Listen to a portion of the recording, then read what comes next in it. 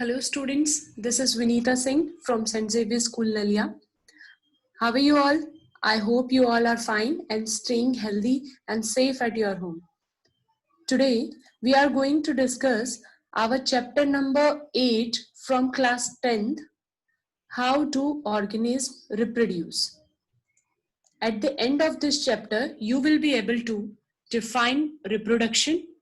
You will be able to know the importance of reproduction, importance of variation, types of reproduction, various method of asexual reproduction. So without any delay, let's start it. Reproduction. Reproduction is the process by which living organism produce new individual of the same species. Reproduction एक ऐसा process है जिसमें living organism जो होते हैं वो अपने जैसा new individual या बोले तो new offspring जो है उसको produce करते हैं of the same species. Here we are using same species. Same species why? Because human will breed within a human and produce the human species. Like that, if animal like cat breed with the cat and then it will produce the cat of the same species. We are using same species here, stand for this meaning. Okay. Reproduction, why it is important? So the reproduction is necessary for the survival and increase in the population of a species. If the organism do not reproduce, their population decreases and a species will become extinct. Reproduction इसलिए necessary है क्योंकि survival के लिए, हमारी population को increase करने के लिए किसी भी स्पीसीज के एनिमल्स भी रिप्रोड्यूस करते हैं ताकि उनकी पॉपुलेशन इंक्रीज हो सके. वरना क्या होगा, एक टाइम ऐसा आएगा कि अगर वो रिप्रोड्यूस नहीं कर रहे हैं, मींस आगे की उनकी जनरेशन या आगे के इंडिविजुअल्स न्यू ऑफस्प्रिंग्स तो बने ही नहीं है, तो एक टाइम ऐसा आएगा कि उनकी पॉपुलेशन कम होती जाएगी और कम होते होते एक टाइम क्या हो जाएगा, वो एक्सटिंक्ट हो जाएंगे. एक्सटिंक्ट मतलब कि वो वहां पे जाके खत्म हो जाएगी उनकी जो पॉपुलेशन है. वो अगर ह्यूमंस है रिप्रोड्यूस नहीं करेंगे तो एक टाइम ऐसा आएगा कि ह्यूमन जो है वो हमें अर्थ पे मिलेंगे नहीं. तो सर्वाइवल के लिए और हमारी पॉपुलेशन को इंक्रीज करने के लिए हमारे जो स्पीसीज हैं उन स्पीसीज में कंटिन्यूटी बनाए रखने के लिए हम लोग क्या करते हैं, रिप्रोड्यूस करते हैं. Okay, so do the organism create carbon copies of themselves? क्या ऑर्गेनिज्म जो है रिप्रोडक्शन के दौरान अपने जैसी कार्बन कॉपीज बना लेते हैं? सो you know that our body is made up of cells. okay, cells के अंदर न्यूक्लियस होते हैं, न्यूक्लियस के अंदर क्रोमोसोम्स होते हैं और उन क्रोमोसोम्स के अंदर पाए जाते हैं डीएनए. डीएनए जिसका फुल फॉर्म होता है डीऑक्सी राइबो न्यूक्लिक एसिड. तो डीएनए मॉलिक्यूल्स जो होते हैं वो रिस्पॉन्सिबल होते हैं for the transfer of characters from the parent to the offspring. Okay, parents से जो कैरेक्टर्स आ रहे हैं वो उसके लिए कौन रिस्पॉन्सिबल होता है, डीएनए रिस्पॉन्सिबल होता है. ड्यूरिंग द रिप्रोडक्शन क्या होता है कि रिप्रोडक्टिव सेल्स जो होती हैं it will produce 2 copies of the DNA and it will separate out into the 2 cells. okay, then the DNA copy will be the similar. okay, 2 cells with the DNA are separated into the 2 cells.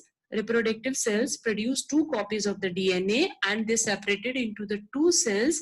and ये जो DNA copies होती हैं वो एक दूसरे से similar होती हैं, देखने में एक जैसी होती हैं but not identical to each other. मतलब एक दूसरे की जगह उसको रिप्लेस नहीं कर सकते हैं या फिर दोनों एक जैसे नहीं हो सकते हैं, वो सिमिलर हो सकते हैं. कुछ सीक्वेंस उसके सिमिलर हो सकते हैं जिनसे आगे जाके उसके कैरेक्टर सेम हो, लेकिन जरूरी नहीं है कि वो पूरा कार्बन कॉपी होंगे. ठीक है, समझ में आ गया यहाँ पे. So the new individual have slight variation from their parents. जैसे आपके डैड है या फिर आपके जो मदर है उनसे आपका जो है बॉडी का डिजाइन सेम है बट आपके अंदर वेरिएशंस है आपके कैरेक्टर्स में, आपके बॉडी डिजाइन में. जैसे कि आपके बोला जाए तो हेयर्स का कलर हो गया या फिर आपके आईज का कलर हो गया, आपकी नोज हो गए, ठीक है, आपके बॉडी कलर हो गया.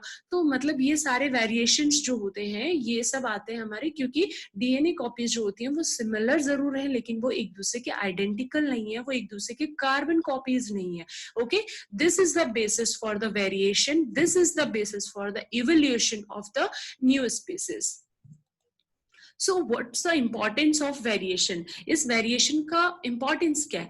तो आपको पता ही है, DNA copying during the reproduction is important for the maintaining the body design of the different organism to survive in the existing environment. हमारी बॉडी डिजाइन जो है वो डीएनए कॉपिंग के थ्रू, जो रिप्रोडक्शन के दौरान जो डीएनए कॉपी होती है, मदर की फादर के जो डीएनए होते हैं उनसे जो ऑफस्प्रिंग के अंदर डीएनए ट्रांसफर होते हैं, उनकी जो कॉपी होती है, उनके क्या होता है कि बॉडी डिजाइन आपका डिफरेंट, मतलब से सभी ऑर्गेनिज्म का बॉडी डिजाइन अलग है। जैसे कैट है तो कैट के जो बेबी होगा तो उसका क्या होगा, कैट के जैसी बॉडी डिजाइन होगा। डॉग है तो डॉग की जैसी बॉडी डिजाइन है। ह्यूमन है तो ह्यूमन जैसे ही बॉडी डिजाइन होगा, ठीक है। तो ये सर्वाइवल के लिए उनकी बॉडी डिजाइन सेम होगी, लेकिन उनको अपने एनवायरमेंट में एग्जिस्ट करने के लिए, अपने एनवायरमेंट में रहने के लिए उनको क्या होता है, कुछ चेंजेस अपनी बॉडी में करने पड़ते हैं ताकि वो अकॉर्डिंग टू इट्स हिज और हर एनवायरमेंट वो सर्वाइव कर सके, ठीक है।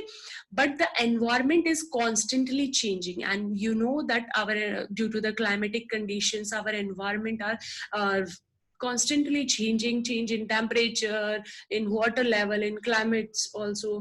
So if the organisms cannot adjust themselves to the changes in the environment, then their species will become extinct. अगर कोई organism अपने environment के accordingly अगर change नहीं कर पाता अपनी body में, तो क्या होगा, एक टाइम ऐसा आएगा कि वो species जो है वो क्या हो जाएगी, extinct हो जाएगी, due to कि वो अपने एनवायरमेंट की जो क्लाइमेटिक कंडीशंस है उसके साथ वो एडजस्ट ही नहीं कर पाया। Okay, so there are variation in some individual of a species and they may be able to survive the changes in the environment. So the variation in the species is necessary for the survival of different species and for the evolution of the new species. Okay, इसी तरीके से होते होते सारी generations जो हैं वो आगे change होते रहती हैं। जैसे कि आपको पता ही है कि हमारी जब अर्थ स्टार्ट हुआ था वहाँ पे लिविंग, तो यूनिसेलुलर ऑर्गेनिज्म से पाए जाते थे, बहुत सारे माइक्रो ऑर्गेनिज्म पाए जाते थे। यूनिसेलुलर से मल्टी सेलुलर हुए, फिर प्लांट्स हुए, प्लांट से फिर एनिमल्स हुए, फिर ह्यूमंस हुए, ऐसे करके। तो ये जो सारे हैं वो धीरे धीरे कॉन्स्टेंटली जो चेंजेस हो रहे हैं डिफरेंट डिफरेंट स्पीसीज में, ये सारे जो इवोल्यूशन जो हो रहा है वो न्यू स्पीसीज के लिए वो बहुत ज्यादा जरूरी होता है। और ये किस दौरान होता है, ये डीएनए कॉपिंग के दौरान होता है, जो कि रिप्रोडक्शन के टाइम पे होता है, ठीक है। So how many types of reproduction? There are two main types of reproduction in living organisms, and they are asexual reproduction and sexual reproduction. Asexual reproduction is a reproduction in which new individuals are produced from a single parent, and sexual reproduction is a reproduction in which two individuals are involved to produce a new individual. Okay. Asexual reproduction में सिर्फ single parent से क्या हो सकता है, new individual या new offspring जो है वो प्रोड्यूस हो सकती है। और सेक्सुअल रिप्रोडक्शन में क्या होते हैं, two individual, male and female, both are required for this type of reproduction. Okay, so in this video I am going to explain you only asexual reproduction and sexual reproduction in part 2 video. Okay, so let's continue it.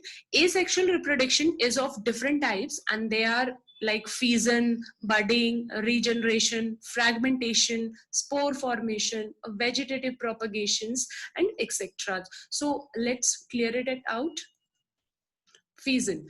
Fission is an asexual type of reproduction in which a unicellular organism, जो कि unicellular है, ठीक है, सिर्फ वही organism क्या कर सकते हैं, फ्यूजन की प्रोसेस के थ्रू क्या कर सकते हैं, रिप्रोडक्शन कर सकते हैं। In this type of reproduction unicellular organism divides and forms two और more new individual. Okay, and fusion is also of two type, it's known as, first one is binary fusion and second one is multiple fusion.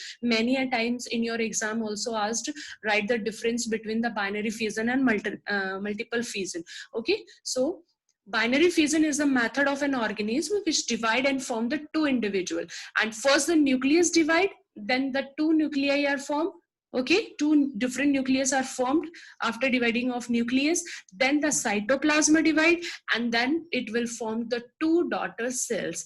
Example, amoeba and paramecium. Here you can see in our first picture amoeba के अंदर जो binary fusion होता है वो दिखाया गया है, जिसमें आपने देखा है कि यहाँ पे पूरी सेल आपको दिखाई गई है, यहाँ पे धीरे धीरे इसका न्यूक्लियस जो है वो डिवाइड होना शुरू हो गया है और दो न्यूक्लियस बन चुके हैं। उसके बाद में साइटोप्लाज्म जो है वो डिवाइड होने लगा है और धीरे धीरे धीरे धीरे डिवाइड होके क्या होता है, लास्टली दो डॉटर सेल्स में ये क्या हो जाता है, कन्वर्ट हो जाता है, ठीक है।